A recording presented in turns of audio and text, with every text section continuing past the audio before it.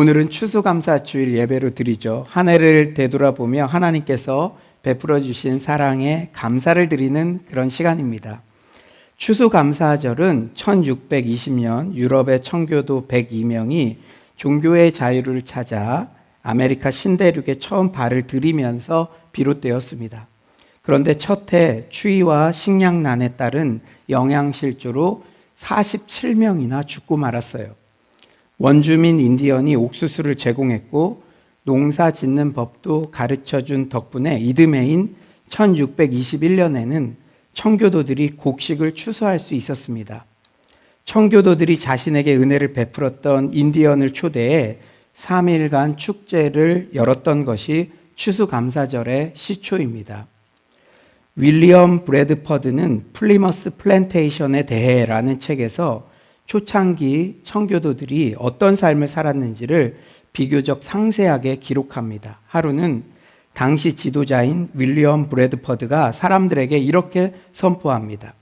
여러분, 우리는 여전히 불안한 상황입니다. 질병이 우리를 넘어뜨리려고 합니다. 삶의 고통 때문에 힘이 듭니다. 우리가 한 주 동안 집중하여 금식하며 기도합시다. 모든 사람들이 모여서 침통하고 답답한 마음으로 금식 기도를 시작했어요. 며칠 동안 금식을 하고 기도를 하는데도 마음에 평안함이 없었습니다. 그런데 그때 한 농부가 손을 들고 이렇게 이야기합니다. 제가 기도 중에 받은 깨달음이 있어요. 제가 하나 건의할 것이 있습니다.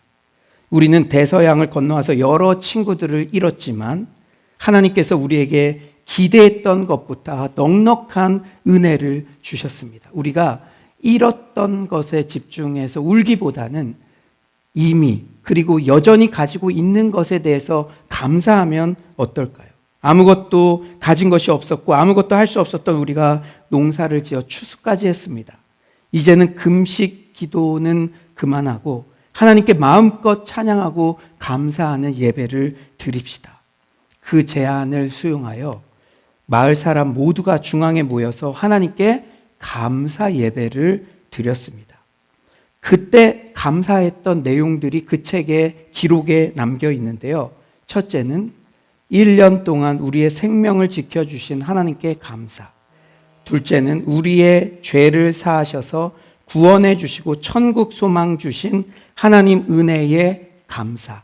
셋째는 신앙의 자유를 주신 하나님께 감사. 마지막으로 지난 한 해 우리의 가정과 개인에게 주신 특별한 은혜에 감사. 이렇게 하나님 앞에 감사 예배와 찬양과 기도를 드린 후에 인디언들과 함께 음식을 나누었습니다. 사랑하는 여러분, 제가 지난주에 이 카피라이터 박웅현 씨가 쓴 해적의 시대를 살아가는 자들에게인가요? 이런 조직 문화에 대한 책을 읽었는데요. 이 박웅현 씨가 이렇게 임원으로 있는 어떤 회사가 이 실적이 그 한 해 동안 너무나 안 좋았다고 합니다. 모든 이 광고는 이렇게 올라가면, 후보로 올라가면 그 광고주가 딱 선택을 해야 되는데 4개인가 5개인가 연달아서 경쟁 업체에 밀려가지고, 그러니까 조직에 이 패배 의식이 있었죠. 그런데 어떻게 조직 문화를 개선시켰느냐? 그냥 워크숍 한번 하자. 그렇게 하면은 또 내 책임을 물으려나 보다. 또 어떻게 강압적으로 할까? 이렇게 사람들이 더 주눅들 수 있는데, 그때 이제 처음에는 아주 감각적으로 어떤 이 장례식, 추도식에 초대하는 그러한 것들, 그러한 엽서들을 다 보냈답니다. 그래서 이게 특이하니까 그러면서 우리 회사는 오늘로 실패는 끝났습니다. 그리고 그 다음 날에는 이렇게 샴페인을 터뜨리면서 귀한 축제로, 그러니까 하루 만에 그렇게 바뀌었는데 그 힘들 때 힘든 것들 생각하면서 계속 다운되는 것이 아니라, 아마 이 청교도들 중에 한 명도 그런 마음을, 감동을 주셨던 것 같아요. 사랑하는 여러분, 우리가 1년을 보내며 추수감사주의를 드리는 이 마음, 여러분들 어떻습니까? 우리가 인생은 세옹지마라 그랬죠. 이번 1년을 살면서도 여러 가지 어려운 일도 있었겠죠. 그러나 이 예배만큼은 우리가 여전히 우리에게 은혜 주신 그 하나님께 감사의 제목을 적극적으로 찾아내서 하나님께 감사를 온전히 올려드리는 그런 예배가 돼야 될 줄 믿습니다. 아멘이십니까? 그래서 우리 박수로 다시 한번 하나님께 감사를 표현했으면 좋겠습니다. 그래서 그 청교도들이 인디언들을 초청해서 칠면조로 요리를 하고 호박스프도 만들고 사과파이도 만들었습니다. 자기들에게 씨앗을 나눠주고 농사법을 가르쳐준 고마운 인디언들을 초청해서 대접하고 함께 추수감사절을 보냈죠. 오늘날 한국 교회가 추수감사주의를 지키게 된 것은 이런 미국의 추수감사절에서 비롯되었습니다. 그러나 역사적으로 더 거슬러 올라가면 구약시대에 그 기원이 있습니다. 저희가 금요철야 때 절기에 대해서 배웠는데요. 모세는 이스라엘 백성에게 너희가 너희의 소산을 먹을 때 너희에게 그것을 주신 하나님을 찬양하라고 명하였으며 그 후로 하나님께서 인간에게 땅의 소산을 허락해 주신 것에 대하여 감사를 드려왔습니다. 구약시대의 초막절, 즉 수장절이 바로 유월절과 마찬가지로 출애굽을 기념하는 절기인 동시에 유대교의 가을철 추수감사절이었습니다. 출애굽기 23장 16절 하반절 우리 한번 주목해 볼까요? 우리 23장 16절 하반절에는 이렇게 말씀하고 있어요. 수장절을 지키라. 이는 너가 수고하여 이룬 것을 연말에 밭에서부터 거두어 저장함이니라. 초막절의 중요한 의미는 땅에 열매를 맺게 하시고 그 땅을 있게 하신 하나님께 대한 감사와 찬양입니다. 그리고 저희가 은혜 받았던 것이 초막절이 1년의 가장 성대한 추수감사절인데 그때 또 자기들이 고난받았던 때, 출애굽해서 너무나 위급해서 장막에 거했던 때를 기억해야 된다. 고난받은 때를 기억할수록 더욱 감사와 은혜는 커짐으로 그런 의미가 담겨 있다 그랬죠. 계속되는 고난의 역사 가운데서도 살아남게 하신 하나님께 대한 감사 절기가 초막절이고 그것이 또 추수감사 주일의 정신에 이어오는 것입니다. 오늘 우리가 읽었던 성경 본문인 신명기의 시대적 배경은 가나안 입성을 눈앞에 둔 시점으로 출애굽 이후 40년 광야 생활의 마무리 단계입니다. 이스라엘 백성들은 하나님을 믿고 신뢰했더라면 11일밖에 걸리지 않을 길을 불신으로 인해서 40년의 긴 세월을 돌아 왔습니다. 모세는 그때의 실패를 반복하지 않기 위해 가나안 입성을 앞두고 모압 땅에 서 있는 이스라엘 백성들에게 그들의 과거를 해석하여 들려주고 있습니다. 그는 이 고별 설교를 통해서 지난 40년의 이스라엘의 역사를 회고할 뿐만 아니라 그들이 앞으로 어떻게 살아가야 하는가를 권면합니다. 모세의 핵심 메시지는 이스라엘 백성들이 하나님의 은혜에 감사하며 하나님의 말씀에 순종하며 살아야 한다는 것입니다. 모세가 이스라엘 백성들의 출애굽과 광야 생활을 회고하는 내용에서 우리 또한 마땅히 하나님께 감사할 제목들을 발견하게 됩니다. 그렇다면 우리 삶에 감사가 넘쳐나려면 어떤 태도를 가져야 될까요? 이 모세의 고별 설교에서 우리는 어떤 교훈을 받을 수가 있습니까? 첫째로 우리는 어떤 특정한 상황과 환경 때문이 아니라 하나님의 성품과 속성 때문에 하나님께 감사하게 됩니다. 여러분, 우리 안에 감사가 넘쳐나려면 지속적으로 하나님의 성품과 속성을 묵상하며 찬양해야 합니다. 오늘 본문에 나타난 하나님은 어떤 분이시죠? 모세도 하나님에 대해서 전하고 있어요. 첫째는 하나님은 우리보다 먼저 가셔서 우리를 인도해 주시는 분이십니다. 아멘이십니까? 하나님이 어떻게 가신다고요? 먼저 가셔서. 30절, 33절에 반복해서 나오는 표현이 있어요.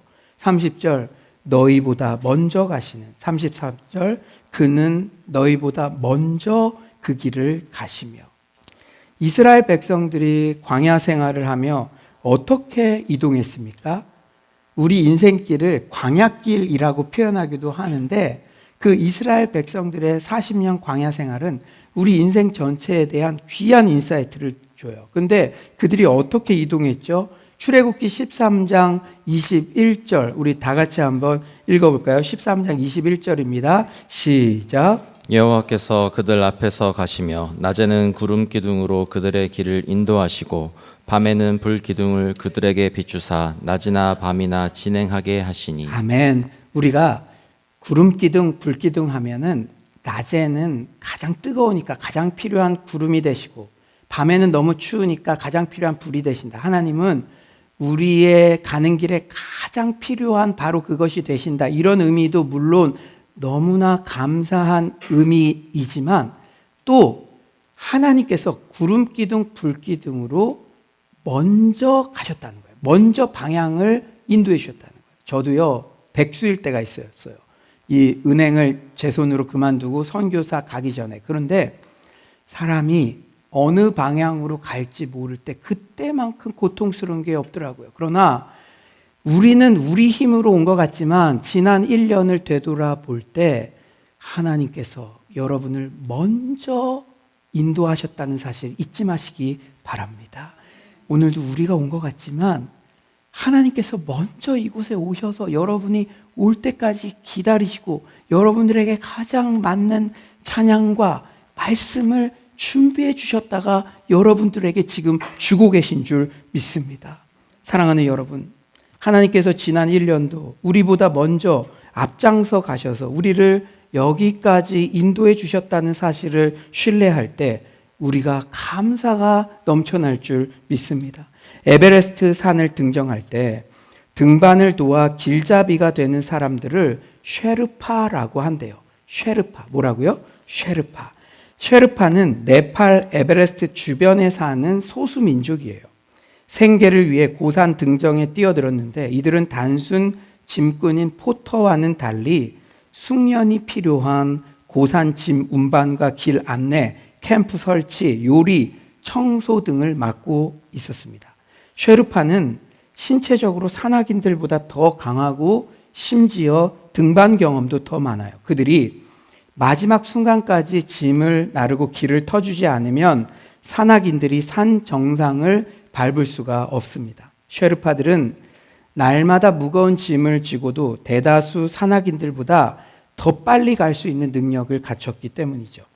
1953년 영국인 산악인 에드먼드 힐러리가 인류 최초로 에베레스트 산 정상을 밟았을 때 이런 일이 있었어요. 당시 그와 동행한 네팔 쉐르파 텐징 노르가이라는 사람은 정상 근처에 먼저 도착했지만 무려 30분이나 뒤처진 산악인 힐러리를 기다려 그를 에베레스트 산에 먼저 오르게 했습니다. 가장 영광스러운 순간. 인류 최초로 불가능이라 여겨지던 에베레스트 산 등정할 때 이 쉐르파가 30분이나 기다려줬어요. 이후 힐러리는 진정한 영웅은 미천하게 출발해 세계 정상의 가장선 텐징이라며 공을 그에게 돌렸습니다. 지난 1년 동안의 우리 개인과 가정, 서울로 공동체의 여정 가운데도 하나님께서 마치 쉐르파처럼 주의 말씀으로 우리의 나아갈 길을 알려주시고 우리에게 무거운 마음의 짐이 있을 때 함께 들어주시고 주변의 위협으로부터 우리를 보호해 주셨기 때문에 우리가 올 한 해도 건강하고 행복한 모습으로 지금 여기까지 오게 된 것인 줄 믿습니다. 그리고 하나님께서 이렇게 앞장서서 우리를 이끌어 주셨는데도 뭐 하나라도 칭찬받을 일이 있으면 그 자리에 우리를 서게 하셔서 기쁨과 행복을 누리게 하셨습니다. 30분이나 뒤처진 힐러리를 기다렸다가 그 영광스러운 에베레스트 산 정상에 힐러리를 가장 먼저 서게 한 쉐르파 텐징 노르가이처럼 말이죠. 그러므로 우리는 우리의 삶을 앞장서서 인도해 주시는 하나님을 묵상할 때마다 마땅한 감사와 찬송을 온전히 올려드려야 될 줄 믿습니다. 두 번째로 하나님은 어떤 분이신가? 하나님께서는 자녀인 우리를 안아서 인도해 주시는 분이십니다. 어떻게 인도해 주신다고요? 안아서. 31절 우리 다시 한번 읽어볼까요? 31절입니다. 시작. 광야에서도 너희가 당하였거니와 사람이 자기의 아들을 안는 것 같이 너희의 하나님 여호와께서 너희가 걸어온 길에서 너희를 안으사 이곳까지 이르게 하셨느니라 하나. 하나님께서 자기의 아들을 안는 것 같이 너희를 안으사 이곳까지 이르게 하셨다. 여러분, 이 이미지를 상상해 보세요. 지난 1년 동안 하나님께서 여러분을 안아서 이곳까지 오게 하셨대요. 안아주셨대요. 너무나 감동적인 말씀이죠. 하나님께서는 우리의 자애로운 아버지가 되십니다. 호세아 11장 1절은 이렇게 말씀하시죠. 이스라엘이 어렸을 때 내가 사랑하여 내 아들을 애굽에서 불러냈거늘. 요한복음 1장 12절 영접하는 자 곧 그 이름을 믿는 자들에게는 하나님의 자녀가 되는 권세를 주셨으니. 그런데 우리의 자애로운 아버지 하나님께서는 신생아를 어린아이를 안아서 보호해 주시고 돌봐주시는 것처럼 그렇게 평생 우리를 인도해 주신대요. 이사야 46장 3에서 4절 이 감격적인 말씀 우리 다 같이 한번 읽어봅시다. 이사야 46장 3에서 4절 시작. 야곱의 집이여 이스라엘 집에 남은 모든 자여 내게 들을지어다. 배에서 태어남으로부터 내게 안겼고 태에서 남으로부터 내게 업힌 너희여 너희가 노년에 이르기까지 내가 그리하겠고 백발이 되기까지 내가 너희를 품을 것이라. 내가 지었은즉 내가 업을 것이요 내가 품고 구하여 내리라. 아멘.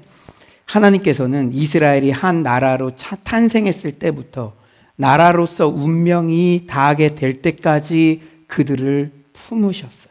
우리의 삶에 비추어 본다면 아이가 어렸을 때는 부모님이 아이를 품고 다니지만 부모님이 늙으시면 자식들이 부모를 모시고 다닙니다. 그러나 하나님의 경우는 달라요. 끝까지 일방적으로 하나님께서 백성을 품어주시죠. 이렇게 하나님께서 우리를 평생 안아서 인도하신다는 이미지는 목자가 어린 양을 품는 것, 독수리가 새끼들을 품는 것 등으로 성경 곳곳에 표현되어 있습니다. 시편 28편 9절 우리 다 같이 한번 읽어볼까요? 시편 28편 9절입니다. 시작. 주의 백성을 구원하시며 주의 산업에 복을 주시고 또 그들의 목자가 되시어 영원토록 그들을 인도하소서. 예, 출애굽기 19장 4절도 말씀하시죠. 내가 애굽 사람에게 어떻게 행하였음과 내가 어떻게 독수리 날개로 너희를 업어 내게로 인도하였음을 너희가 보았느니라. 여러분 정말 힘들 때 있잖아요.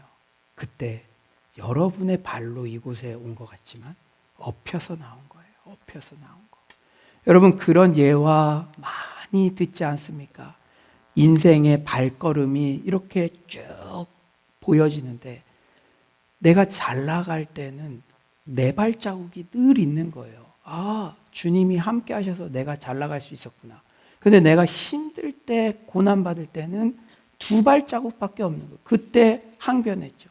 내가 가장 힘들 때 하나님 당신은 어디 계셨습니까? 주님이 말씀하시죠. 그때 너는 걸어갈 힘조차 없어서 내가 업어서 그 시간을 지나갔다. 여러분 지난 1년 동안 우리 성도님들에게도 여러 고통이 있었어요. 그것을 내가 헤쳐온 것 같지만 하나님이 안아주시고 업어주셔서 지금 이 자리에도 우리가 나오게 된 줄 믿습니다. 사랑하는 여러분, 우리가 평생 하나님의 품에 안겨서 인도함 받는다는 사실만 생각해도 우리에게는 감사가 넘쳐날 줄 믿습니다. 급하게, 저도 어렸을 때 그랬는데요. 급하게 버스를 타야 할 때 아버지는 아이를 얼른 안고 뛰어가서 그 버스를 타게 되잖아요. 아이가 무서워하는 동네 개를 만나거나 위험한 물가를 건너야 할 때도 아버지는 아이를 얼른 안아서 통과합니다.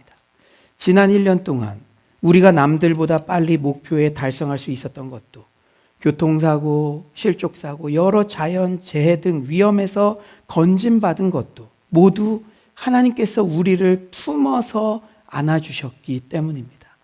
조명신 목사님께서 쓴 은혜도 날로 먹으면 탈난다라는 아티클에는 이런 내용이 있어요. 잘 들어보세요.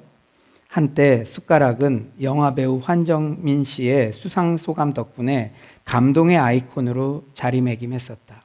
황정민 씨는 나무주연상을 거머쥐었음에도 거들먹거리지 않았다.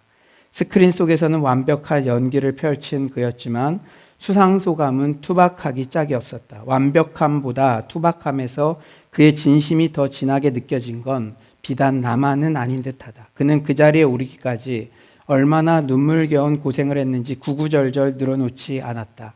대신 보이지 않는 곳에서 고생한 스태프들에게 공을 돌렸다. 그는 수십 명의 스태프이 주인공 한 사람을 위해 밥상을 차려놓았고 자기는 그저 그 밥상에 숟가락을 얹어서 맛있게 먹었을 뿐이라고 말했다. 이 밥상 숟가락을 시작으로 천편일률적이던 수상소감에 일대 변화가 일어났다.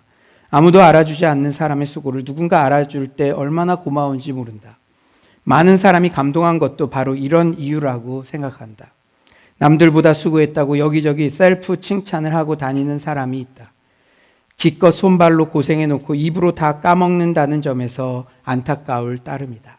반대로 자기 공로를 함께한 동료들에게 돌리는 사람이 있는데 이런 사람은 어디 가나 사랑받고 환영받는다. 사랑하는 성도님들, 우리 또한 지난 1년 뒤돌아보면 하나님께서 부족한 우리를 품고 안아주셔서 여기까지 인도함 받았음을 고백할 수밖에 없습니다. 자신의 수고를 뻐기지 않고 겸손한 태도로 하나님과 주변 사람들의 은혜에 늘 감사를 표현함으로 누구에게나 사랑받고 환영받는 여러분 모두가 되시기를 소망합니다. 우리 삶에 감사가 넘쳐날 수 있는 태도. 두 번째는 이미 받은 복을 적극적으로 세어볼 때 우리 삶에 감사가 넘쳐납니다. 오늘 본문은 모세가 이스라엘 백성들의 출애굽과 광야 생활을 회고하는 내용이에요. 돌이켜 봤다는 것입니다. 우리도 지난 1년 동안의 우리의 삶을 회고해 보면 반드시 이미 받은 복들이 너무나도 많다는 사실을 깨닫게 되어요. 오늘 너무 예쁜 감사나무가 있는데 여러분 오늘 돌아가시기 전에 1년 동안 감사한 거를 찾아서 적어서 한번 걸어보세요. 저도 오늘 설교를 준비하면서 이미 받은 복, 감사거리들을 정리해 보았어요. 그런데 제가 놀랐습니다. 10분 남짓한 시간에 40개 이상이나 훌쩍 적을 수 있었어요. 미션홈 사역 계속할 수 있게 하심에 감사합니다. 멘토 목사님께서 항상 인격적으로 대해주시니 감사합니다. 양가 친지들이 저와 교회를 위해 진심으로 기도해 주셔서 감사합니다. 체중 감량으로 컨디션이 회복되게 하심에 감사합니다. 코로나 때 지켜주셔서 감사합니다. 어려움을 통해 내 자신의 한계를 인정하게 하시고 겸손케 하심에 감사합니다. 부교역자의 소중함을 느끼게 하심에 감사합니다. 거저받은 사랑을 나누어야 함을 깨닫게 하심에 감사합니다. 함께 예배드릴 수 있는 성도님들을 허락하심에 감사합니다. 이렇게 40개 이상이 그냥 줄줄줄줄줄줄 써내려져 가더라고요. 사랑하는 성도님들, 우리가 삶의 태도를 이렇게 한번 전환해 보는 것은 어떨까요? 이것은 아까 소개한 이 카피라이터 박웅현 씨가 쓴 글을 제가 좀 보완해 보았는데요. 이런 태도로 우리가 전환해 보는 것은 어떨까요? 좋아하는 것을 가지려고 끊임없이 추구하는 삶에서 이미 가진 것을 좋아하는 삶으로, 이미 가진 것을 누리는 삶으로. 다시 한번 말씀드리겠습니다. 내가 목표로 하는 것, 저 너머에 있는 좋아하는 것을 가지려고 추구하는 삶에서 이미 가진 것을 좋아하고 누리는 삶으로. 사랑하는 여러분, 이미 있는 것을 감사할 줄 모르면 아담과 하와처럼 어리석은 선택을 하게 되어요. 아담과 하와는 이미 가진 에덴 동산의 모든 나무에 감사하지 못했기 때문에 금단의 열매인 선악과에 손을 대는 죄를 저질렀죠. 반면에 예수님께서는 작고 초라해 보여도 이미 가진 것에 감사하는 분이셨습니다. 예수님의 오병이어 기적 사건에 한번 주목해 볼까요? 예수님은 기적이 일어나지 않았는데도 감사의 축사 기도를 하셨어요. 어린아이가 드린 어쩌면 초라해 보이는 보리떡 5개와 물고기 2마리를 놓고도 기적 이전에도 감사함으로 축사하셨습니다. 이게 너무나 중요한 태도입니다. 사랑하는 성도님들, 감사는 이미 우리에게 주어진 것들 중 적극적으로 찾아내고 표현하는 것이에요. 저는 가끔 우리 아이들 5살, 3살 때 사진을 보면서 배시시 웃곤 합니다. 요새는 연동이 돼서 그게 막 떠요. 그때 모습들이 너무나 귀엽고 행복해 보여요. 그 당시로 하루만 돌아가고 싶은 마음도 듭니다. 요새는 제가 안아주려고 그러면 막 이런 약간 그래서 하루만이라도 돌아가고 싶다. 그런데 그때 그렇게 행복을 누렸냐? 감사했냐? 그거 생각하면 점점점. 정작 그 당시에는 비서사역하랴 양육하랴 특히 아내도 체력적으로 정말 힘들고 피곤한 시간들을 보냈지만 지금 그때 사진을 보면 행복한 순간들 뿐입니다. 여러분 2023년 추수감사주일 예배의 장면들 먼 훗날 10년 후 행복한 순간만 기억나는 줄 믿습니다. 지금 아는 것을 그때도 알았더라면 지금 어렵고 힘든 순간들이 있다고 하더라도 언젠가 훗날에 이 시간들을 회고해 보면 감사하고 행복한 포인트들이 반드시 있습니다. 우리가 재미를 발견하려고 노력한다면 감탄하고 즐길 준비가 되어 있다면 세상엔 즐거운 일투성이며 인생은 더욱 신나고 재밌어진다. 제가 하는 말이 아니고요. 또 이 말은 결코 건강하고 여유 있고 먹고 살 만한 사람이 한 말이 아닙니다. 43살의 나이에 파킨스병을 판정받은 김해남 정신과 의사가 쓴 만일 내가 인생을 다시 산다면 이라는 책에 실린 내용이에요. 스테디셀러로 꾸준히 팔리고 있는 것 같은데 여러분도 이 가을에 한번 사서 읽어봐도 좋겠어요. 만일 내가 인생을 다시 산다면, 우리가 재미를 발견하려고 노력한다면, 감탄하고 즐길 준비가 되어 있다면 세상엔 즐거운 일투성이며 인생은 더욱 신나고 재밌어진다. 어쩌면 시한부 인생을 살고 있는 그 정신과 의사가 쓴 말이니 우리에게 더욱 깊은 울림을 주죠. 남들보다 빠른 속도로 죽음이 다가오고 있지만 그래도 감탄하면서 살겠다는 고백에 우리도 모르게 숙연해집니다. 이제 말씀을 정리하겠어요. 지난주 추수감사주일 설교 본문 선정을 위해 고심하며 선뜻 설교 작성을 하지 못해서 다소 힘든 시간들이 있었습니다. 그때 기도하면서 깨닫게 된 점은 설교자인 내가 먼저 감사가 충분히 흘러나와야 추수감사주일 설교도 전할 수 있다는 점이었습니다. 그래서 설교문 작성 전에 100개의 감사 제목 나열도 해보고 감사를 고백하는 신앙의 동역자들의 에세이 및 간증집도 찾아서 읽었습니다. 앞서 언급한 조명신 목사님께서는 감탄은 마음이 지르는 즐거운 비명, 감동은 마음을 적시는 뜨거운 눈물, 감사는 마음이 표하는 고마운 인사라고 그렇게 시적으로 정의하더라고요. 사랑하는 성도님들, 예수님께서도 그냥 하늘 보자 우편에서 마음으로 그저 우리를 사랑하신다고 말만 하시고 끝난 게 아니라 손과 발을 움직이셔서 성육신하셔서 실제 온몸으로 십자가를 지심으로 그 사랑을 우리 개인에게 직접 표현하셨습니다. 사랑도 표현할 때 그 사랑이 풍성해지듯이 마찬가지로 감사도 적극적으로 표현해야 우리의 삶에 더욱 풍성해집니다. 어떤 상황과 환경 때문이 아니라 하나님의 어떠하심 자체가 우리의 감사의 이유인 줄 믿습니다.